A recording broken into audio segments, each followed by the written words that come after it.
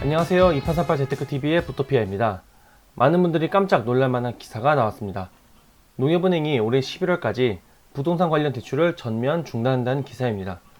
신용대출을 제외한 모든 가계대출을 중단한다고 하며 신용대출 한도도 1억 원으로 감소합니다. 8월 24일부터 11월 30일까지 신규, 증액, 재약정까지 포함해 부동산 담보대출 전면 중단에 나선다고 합니다. 농협이 이러한 움직임을 갖게 된 배경에는 가계대출 총량제가 있습니다.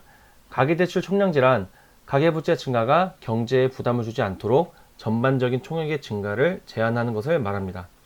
지난 4월 금융위원회가 발표한 가계부채 관리 방안에 의하면 2021년에는 코로나19 상황을 감안하여 가계부채 증가율을 5에서 6% 내외로 관리하고 2022년까지는 코로나 이전 수준으로 보관하겠다고 밝힌 바 있습니다. 농협은행의 올해 7월 말 주택담보대출 잔액이 작년 말 대비 8%를 넘었다고 하니 목표치보다 한참 높은 수준이 되어 대출을 중지할 수밖에 없었던 것입니다. 그렇다면 금융위원회를 비롯하여 정부 조직에서는 왜 대출 총량을 규제하려는 것일까요? 바로 대출로 발생한 유동성이 주택시장 상승의 주요 요인 중 하나이기 때문입니다. 한국은행에 의하면 국내 통화량은 역사적으로 계속 우상향 해왔습니다. 그에 따라 전국 아파트 매매 가격도 계속 우상향 해왔죠.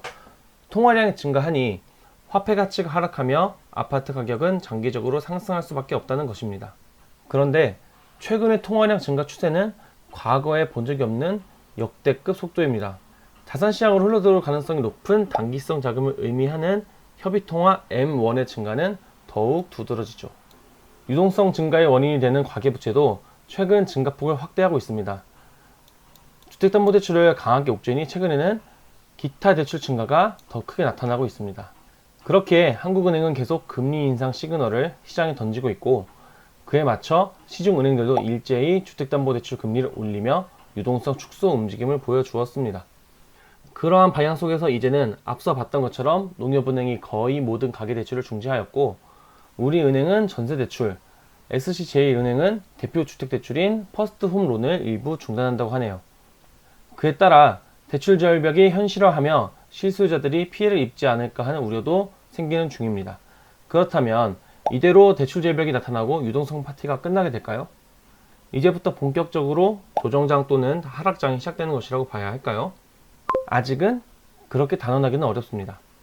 우선 보통 하반기에는 매년 대출받기 어려운 상황이 반복적으로 나타납니다. 작년 기사에서도 알 수 있듯이 연말에는 대출이 막히는 상황이 벌어졌음을 기억하실 겁니다. 각 은행은 매년 목표치로 잡고 있던 실적이 충족되면 그 이후부터는 대출의 소극적인 모습을 보여줍니다. 올해에는 농협은행의 대출 증가가 너무 빨랐기 때문에 이른 시기에 수개월 동안 대출을 중지하고 다른 은행도 동참한다고는 하지만 결국 은행도 수익을 창출해야 하는 기업입니다. 따라서 시간이 흐르면 다시 대출을 재개할 수밖에 없습니다. 전세자금 대출을 중지한다던 우리은행도 3분기 한도가 소진된 것이며 4분기부터는 정상적으로 진행될 것이라고 밝힌 바 있습니다. 또한 유동성 축소 시도와 반대로 오히려 최근 매수 심리는 계속 높아지고 있습니다. 또한 이제 가을 이사철이기도 합니다. 매수 심리가 가라앉지 않는다면 수요자들은 결국 대출이 가능한 곳을 찾아갈 것입니다. 목표치에 도달하지 않은 은행은 여전히 대출이 가능할 테니까요.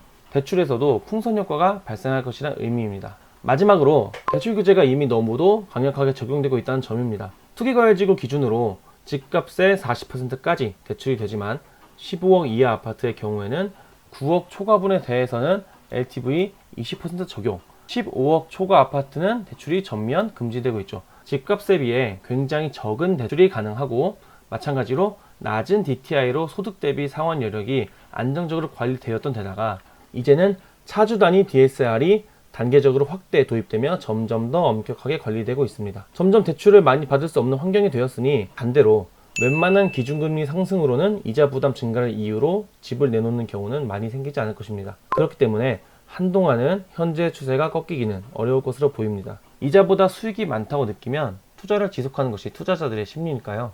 가을로 접어들면서 수도권 아파트값 상승률은 점차 확대되고 있습니다. 매수 심리도 꺼질 줄 모르고 있습니다. 그동안 우리는 다양한 규제에도 가격이 오르는 현상을 봐왔습니다. 일부 은행의 대출 금지라는 이슈로 집값이 하락할 것이라는 단순한 판단보다는 사람들의 심리 파악과 함께 그 이슈가 시장에 어떤 영향을 줄 수 있을지 다양한 고민을 해보는 것이 좋을 것이라고 생각됩니다. 오늘은 여기서 마치겠습니다. 감사합니다.